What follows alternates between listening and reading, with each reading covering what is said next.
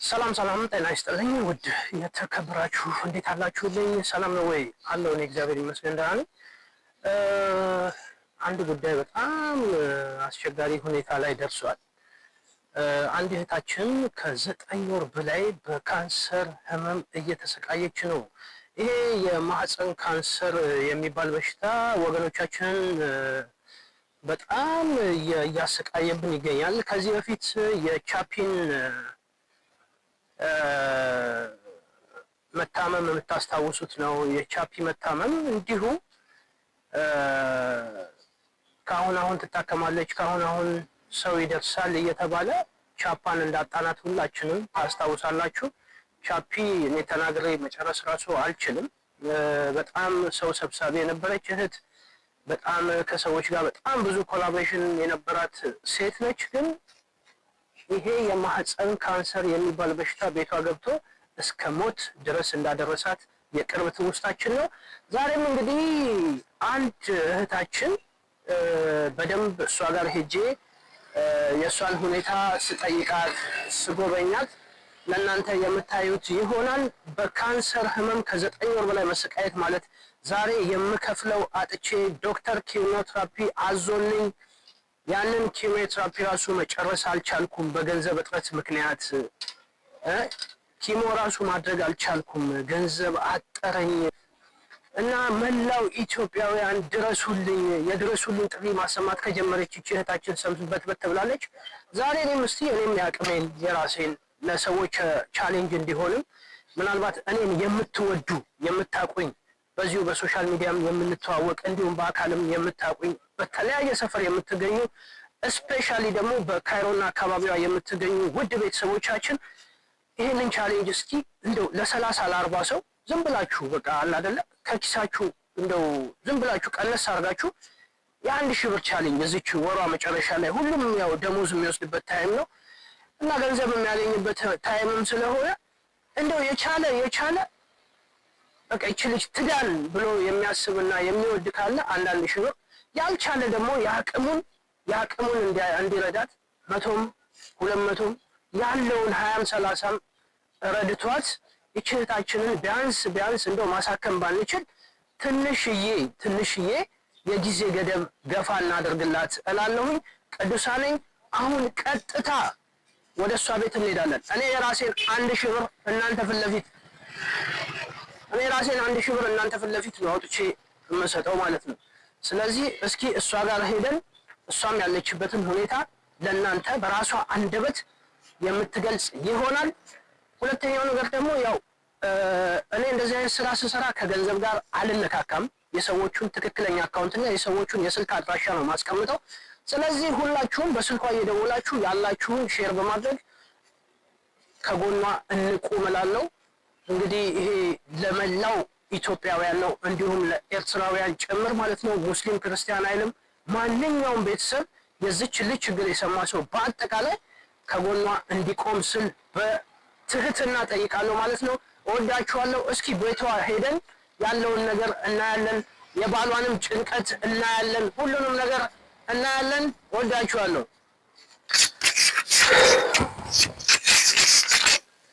ሰላም ለዚህ ቤት እንዴት ናችሁ? አማን ነው። ይቅርታ እንግዲህ ውጭው ትንሽ ብርድ ይበላል። ሁሉ ሰላም እየበረታችሁ ነው? ብርድ አለ ውጭ። እንዴት ናችሁ? እንዴት ነች ባለቤት? በእናትህ አቦ እግዚአብሔር ቀለል ያድርግላችሁ እናንተ ነው። ጀምትዬ እንዴት ነው የእህታችን ጉዳይ ለደረሰ?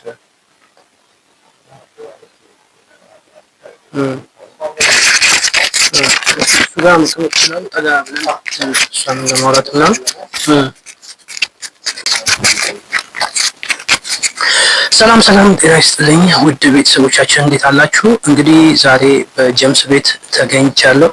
ራቢያ እህታችን ትንሽ መታመሟን ሰምተናል። እንግዲህ በጣም ሰው ጨራሽ የሆነው ምህረት የሌለው ካንሰር የሚባል በሽታ ከ9 ወር በላይ ወደ 1 ዓመት በሚጠጋ የጊዜ ሁኔታ ውስጥ እየተሰቃየች የምትገኝ አንድ እህታችን ጋር ዛሬ ለጉብኝት መጥቻለሁ።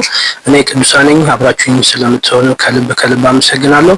ይህች እህታችንን አንለፋት ብዬ ነው የመጣሁት። ትናንትና አንድ ቪዲዮ ቲክቶክ ላይ ስታጋራ በጣም መቋቋም አልቻልኩም ራሴንም በራሱ ሁላችንም ብንተባበር ሁላችንም የሰው ቤት ችግር ከመግባቱ በፊት ራሳችን ተደጋግፈን እንዲሁም ደግሞ አንዳችን ለአንዳችን ተደራርሰን የሰው ቤት ብናቆም የሰው ቤት ከማፍረስ ብንታደግ። ይህች እህታችን የልጆች እናት ነች። ይኸው ባሏም እዚህ ጋር ያለ በጣም እየተሰቃየ ነው ያለው እሱም። ስለዚህ ሁላችንም ተባብረን የእህታችንን ነፍስ እናቆይ እላለሁ። ሌላውን እግዚአብሔር ይጨምርበት። እስኪ ጀምስዬ ምንድን ነው የተፈጠረው ነገር እህታችን ጋር? ያው ባለቤቴ ራቢያ አለ ያው ለማንኛውም ኢትዮጵያዊ ያው ጠንካራ ሰራተኛ ናት። ያው ለሚሳሳለት ቤተሰብ ያው ደፋ ቀና የምትናት የሚሰብ ለማቆም ብዙ ነገር ሉዝ አድርጋለች እና በዛ ምክንያት ያው ስራ ላይ ያለች ያው አንድ ቀን መመርመር አለብኝ ያለች ራሴን ያው ቼክአፕ ማድረግ አለብንና ወደ አቅራቢያችን የሚገኘው ሆስፒታል ሄድን። እዛ እንደገባ ሆስፒታሉ ያው ዶክተሩ ያው አያት በሚታይ በምርመራ ስትታይ ኪስ አለብሽ አሏት። ኪሱ ተለቅ ያለ ኪስ 13 ሴንቲ የሚሆን የማህፀን ኪስ አለብሽ አለ። እኛም ግራ ተጋባን። ግዴታ ይሄን ኪስ አሁን ነው ያው አመልያ ማድረግ ኦፕሬሽን ሰርጀሪ መስራት አለብኝ አለ። እኛም አላመንነውም። ያው ግዴታ ይሄ ምንድን ነው የተፈጠረው? አንዳንዴ እንደ ዱብዳ ስለወረደብን ሌላ ሆስፒታል ሄድን። ሌላ ሆስፒታል መስለድ ያው እንደዚሁ የማህፀን ኪስ ሳይሆን ኪስ ነው። የማህፀን ኪስ ነው። ያው እንደ ውሃ ነገር ያዘ ማለት ነው። ያው ሲስተም በመጨረሻ ላይ ሲስት ሆኖ ተገኝቷል እና አላመንነውም። ሌላ ቦታ ሄድን ቼክ ስናደርግ እንደዚሁ 13 ሴንቲ ነው የሚሆነው። ከዛ ግዴታ የእሷን ህይወት ለማትረፍ ይህንን ለሰርጀሪ ለማድረግ ወሰንን። ሌላ ቦታ ሄድን። ሰርጀሪ ተደረገች። ሰርጀሪ ስትደረግ ያው ግዴታ እንደማንኛውም ያው እዚህ ሀገር ወደም ከሰውነት የሚወጣ ነገር ይመረመራል። እኛ እንደውም የሚገርመው እዚህ ጋር አንድ ማቆሰው ምን አለኝ፣ ይሄንን ዝም ብለህ ተው፣ ይሄንን ኪስ ጣለው፣ ምንም ዝም ብለህ በግዛላትና ስጋ እንትን ብለህ እሷን ጠግናለ። እኔም ያን አልተቀበልኩም። ያው ሲመረመር በመጨረሻ በሚያሳዝንና እንትን በሚል መልኩ በጣም ኦቫሪ ካንሰር ሆኗል። ያው ሲስት ነው ይሄ እንትኑ ካንሰሩ ሃይ ግሬድ ነው። በጣም የሚገርመው ውጤቱ በእጅ ላይ ያለ ሙምታዝ ነው ማለት ምንም ጥርጥር የሌለው ነገር ኦቫሪያን ካንሰር ነው የሚለው፣ ሲስት ነው የሚለው ካንሰር ነው። ሃይ ግሬድ ነው፣ በጣም ከፍተኛ ደረጃ የሆነ እንዲሁም ጠንካራና ካፕሱሎቿን የማህፀን ካፕሱል አልፎ እንደሄደ ማለት አንዳንዴ እኮ እንደ እድል ነው። የሚገርም ነው ማለት ከሰርጀሪ ስትራ ቢወጣ በዛው ቢወጣ ነው ኦልሬዲ ስለወጣ እንትን ነው። ግን ምንድነው ካፕሱሉ ሰውነቷን ነክቷል። ይሄ ካንሰሩ ሰውነቷን ካፕሱሎቿን የማህፀን ቱቦቿን ነክቷል። ይሄ እንትኑ ደግሞ ምንድነው በጣም ፈጣን ነው እንዳልኩ ሃይ ግሬድ ነው። ከዛ በኋላ ያው ወደ ሰውነቷ ፈጣን ነው።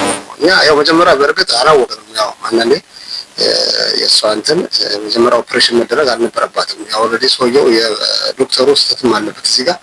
ይሄን ቁጥር ለምሳሌ ኤስ 125 የሚባል የካንሰር ይሄ መሆኑን የሚያረጋግጥ የሆርሞን መጠኗ ከፍተኛ ነበር። የመጀመሪያው እዚህ ኡሙል ቁራ የሚባል ሆስፒታል እዚሁ አቅራቢያችን የሚገኘው ተመረመረ። ሲወጣ ዶክተሩ ያን ጊዜ ሞቶ ነበረበት። የካንሰር ነው ወደ ካንሰር ኪሞ ምናምን ነበር ኦፕሬሽን ሳይደረግ መግባት የነበረበት። ግን የዶክተሩ ያው የራስ ወዳድነትና የገንዘብና የአጭበርባሪነት ያው ኦፕሬሽን አደረገ። ኦፕሬሽን ሲደረግ ያው እንደተናገረው ውጤቱ ሃይ ግሬድ ነው። እየፈጠነ እየሄደ ምን አደረገ? ወዳው በተደረገች በወር ባልሞላ ውስጥ ወደ አንደኛው ኦቫሪዋ ሌፍት አደረገ ማለት ነው። ከዛ ደም መፍሰስ መጣ። ከአንደኛው ወደ ሁለተኛው ሌፍት አደረገና ደም መፍሰስ መጣ። ከዛ በኋላ እያለ ወደ ሰውነቷ ወደ ተለያየ እንትኖቿ መሄድ ጀመረ። አቅሟንም አጣች እያለች አሁን ለምሳሌ አብዛኛውም ሰው የሚያየው አሁን ባለቤት ራቢያን እኛ ትንሽ ምንድነው ችግራችን ሰው ቆሞ ከሄደ ያልታመመ ይመስላል። ለምሳሌ ልብስና ቤት የሸፈነ ሰው አለ። አብዛኛውም ሰው አሁን እኛ ከወደቀው የቆመው ሊሆን ይበልጥ ይችላል። ለምን ካንሰር ገዳይ ነው፣ ጊዜ አይሰጥም፣ እያየ ነው። ለሷ ደግሞ ሳይለንት ኪለር ነው፣ ጸጥ አድርጎ ገል በሽታ ነውና በዚህ አሁንም ሄዶ ይሄ የ9 ወር መጀመሪያ የነበረው ውጤት ነበረ። ከዛ በኋላ ደግሞ አሁን 2026 ላይ አንደኛ ወር በቀን 12 ምርመራ ተደረጋ። በጣም በሚያሳዝን መልኩ ከመጀመሪያው የበለጠ ሁላችንም በእንባ ያራጨን ወደ ጉበቷ ሊፍት እንዳደረገ ነው የሚናገረው። እንትኑ እንደተባለው ጠንካራ ስለሆነ ፍጥነት ሄዶ ወደ ጉበቷ ነክቷል ማለት ነው። ከዚህ በኋላ ምንድን ነው የሚሆነው? ፈጣሪ ነው የሚያውቀው። ሞት አይቀርም። ሞት ሀቅ ነው። ሁላችንም ሞታለን። ሁላችንም ሞትን ተሸክመን ነው የምንሄደው። ግን የባለቤት ራቢያ ማዳን ይቻላል። ህይወቷን ታደጉ፣ አግዙ። ችግር ውስጥ ነው ያለ ነው።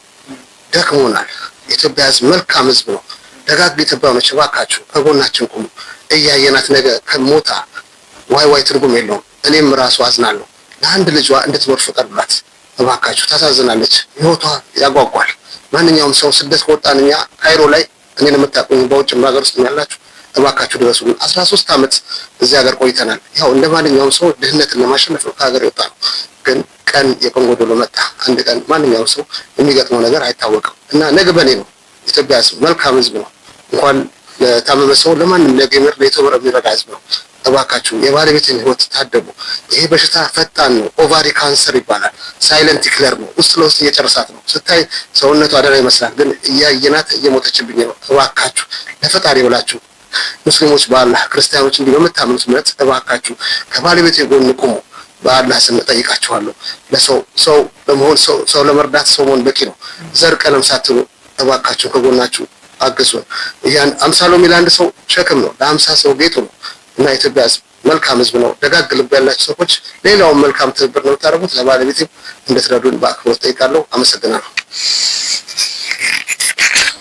እሺ ጀሚዬ፣ በጣም እኔም አመሰግነው። እንግዲህ ካላችሁ ጊዜ ላይ ከዚህ ከችግር ወቅት ላይ እኔም በድፍረት ቤታችሁ የመጣሁበት አንደኛው ምክንያት ይህንኑ ምናልባት ለሰዎች ያልደረሰ መረጃ ካለ የእሷን መታመም እዚህ ሀገር በጣም ብዙ ሰው አለ። ሰዎችን መርዳት የሚያስደስታቸውም ሰዎች በጣም ብዙ ሰዎች አሉ። እስቲ እንደው ከእግዚአብሔር ጋር ነገሩ የእሷም ሁኔታ እንዲሁም ደግሞ ለሰዎችም በደንብ ተደራሽ እንዲሆንና እሷም ያለችበትን ሁኔታ እየተከታተልን ከስር ሰዎችም እያገዙን ምናልባት የተሻለ ጤንነት ላይ እንድትደርስልህ ባለቤትህ እኔ በሙሉ ልቤ ነው የምመኘው። ምናልባት እሷን የሆነች ነገር መጠየቅ ብትችል ብታናገርልን። አሟታል ይመስለኛል። ያለችበት ሁኔታ ጥሩ አይመስለኝም። ቢሆንም ግን ምናልባት እንደው ድምጿን ለመስማት ያክል ሰዎችም አለ አይደለ ምናልባት ታሟን በዛ ደረጃ መሆኑን አሁን አንተ ያልከው በጣም ደስ ያለኝ ፖይንት ምንድነው የግድ ሰው ፊቱ ስለታየ ብቻ ወይም ደግሞ ደህና ስለሚመስል ብቻ አልታመምም ማለት አንችልም። መቼ ሊጥለው እንደሚችል አይታወቅምና ይሄንንም ምናልባት እንደው ከሷ አንደበት ለሰው ላለው ማህበረሰብ ብትናገርልን። እሷም እዚህ ሀገር በጣም ትልልቅ ሰዎችም አሉ። ኤምባሲ አለ፣ ዩኤን ስታፍ ነፍ ነው፣ ብዙ ሰዎች እንደዚህ ቪዲዮ የማይደርሳቸው ሰዎች ስላሉ እስቲ እሷ ደግሞ የሆነ ነገር ጠይቅልንና ማይኩን ስጣት።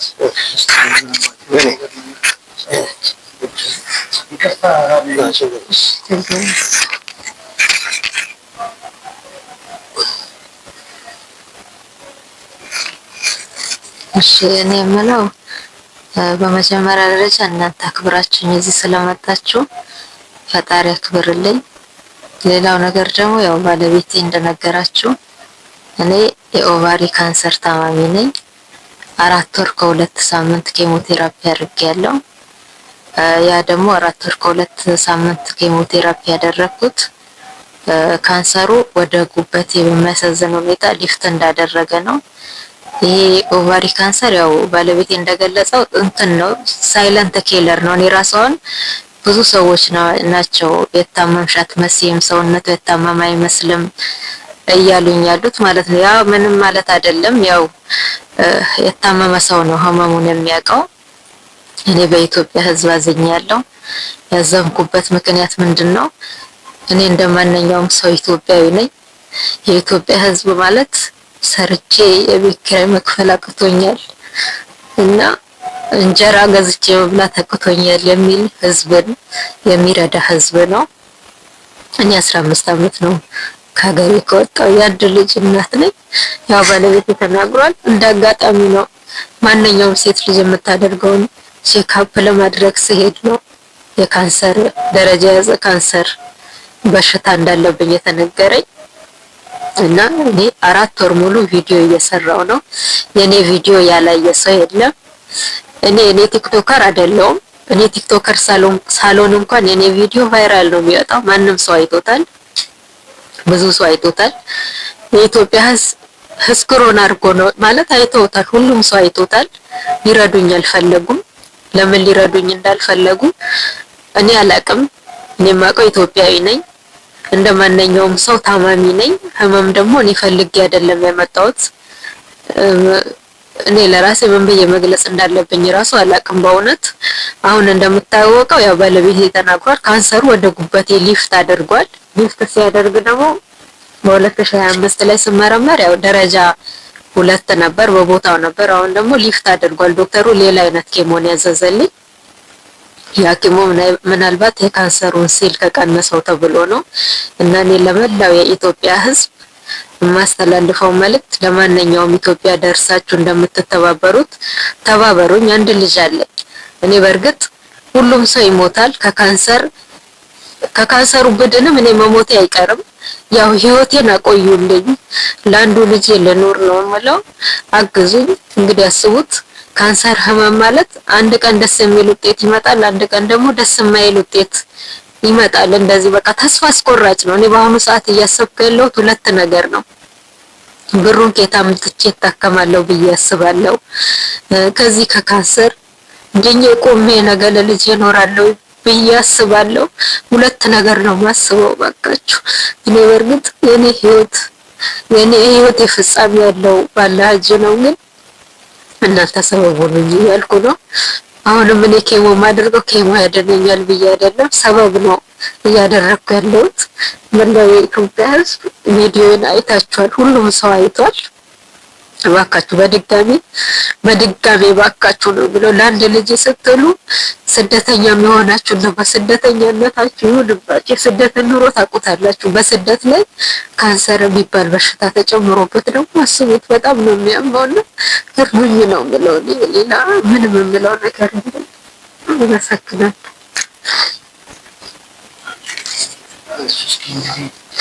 ማለት ነው እግዚአብሔርም አለ አንቺ ጋር ሰውም አለ። ምናልባት እንደ መረጃ ሰዎች ጋር አልደረሰም ይሆናል እንጂ ጉዳዩ ሰው የሚረዱ ሰዎች፣ መልካም ሰዎች አሉ፣ ጥሩ ሰዎች አሉ። አንድ ሰው 2 ሰው እኮ ማድረግ የሚችለው ነገር እኮ ነው። እግዚአብሔር ሰዎችን በማየት መንገድ ወደ ሰዎች እንደሚልክ አይታወቅም እና አንቺም ጠንከር በይ እስኪ እና ያለውን ሁኔታ እኛም አብረንሽ ነን ብሎ ካሙዝ ባለ እንግዲህ የአምላክ ይበልጣል። አምላክ ነው ዋናው ነገር። ቢሆንም ግን ጠንከር በይ አንቺም በልጆች ያቆይሽ፣ ጤናሽን ጨምሮ ይስጥሽ።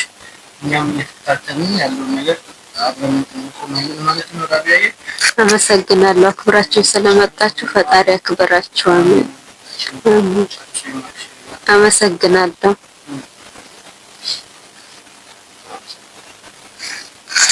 እንግዲህ ዛሬ ያው ቻንስ ተገኝተናል። ባለቤቱ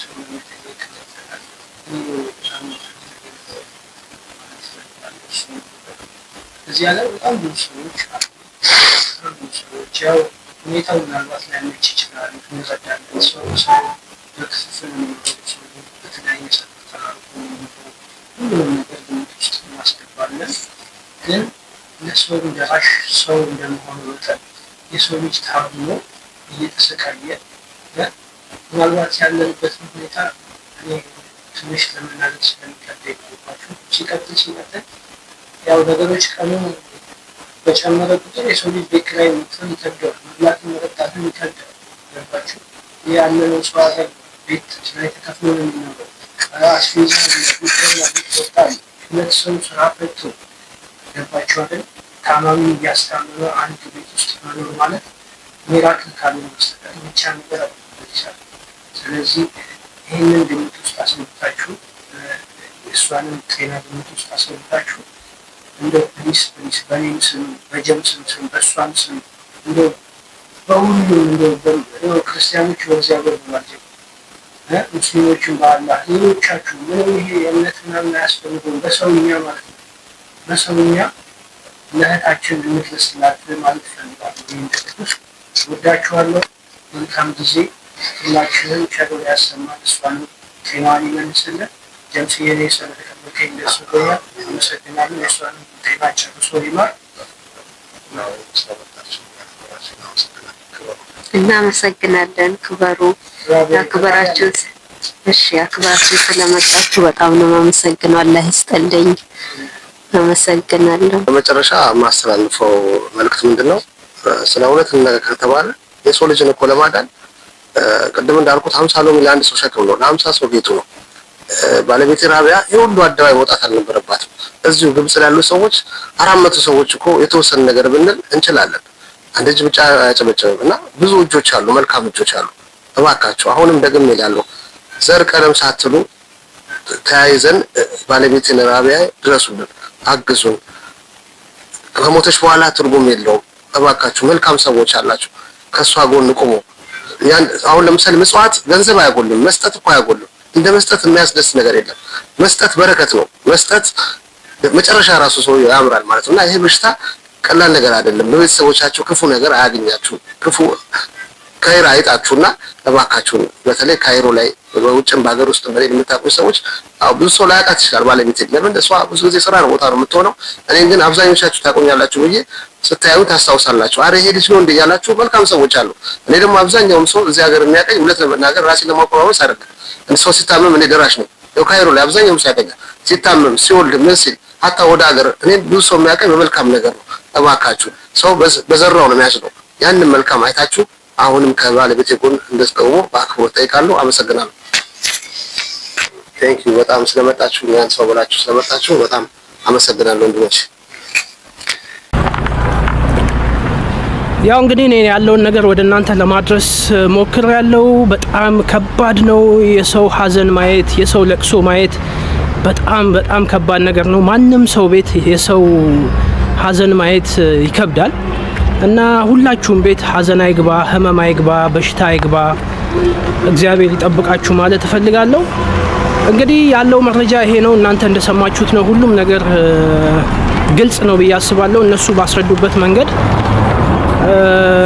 ያው የሰው ልጅ የአልጋ ቁራኛ ሲሆን ከባድ ነው። ቤት ውስጥ በጣም ብዙ ችግር አለ። በሰው ሀገር ደግሞ በጣም ብዙ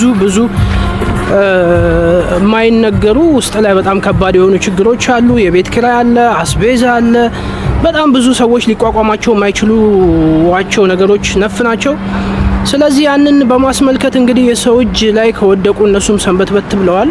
ስፔሻሊ ለሕክምና የሚያስፈልጋት ነገር በጣም ብዙ ስለሆነ የበኩላችንን እናግዛት እላለሁኝ። እኔ ቅዱሳ ነኝ። እነሱን ለማግኘት የምትጠቀሟቸውን ስልኮች ከዚህ በታች አስቀምጥላችኋለሁ።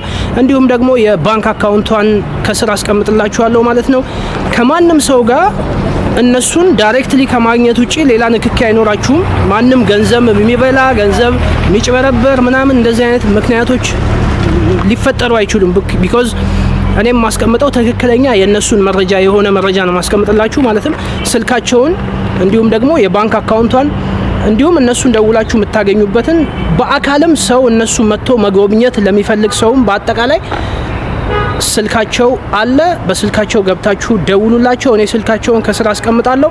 እንዲሁም ደግሞ ያው የባንክ የሀገር ባንክ አካውንት የኢትዮጵያ ንግድ ባንክ አካውንት ቁጥር ሰጥተውኛል። እሱንም ይሄው ከስራ አስቀምጥላችኋለሁ። እሱ እየገባችሁ ማገዝ የምትችሉትን ያቅማችሁን እንደው ያቅማችንን እናግዛት ማለት ፈልጋለሁ። እኔ እወዳችኋለሁ። ከልቤ አመሰግናለሁ። ያለው ነገር ይሄ ነው። ብንተጋገዝ በጣም መልካም ነው ብዬ አስባለሁ። እወዳችኋለሁ። መልካም ቀን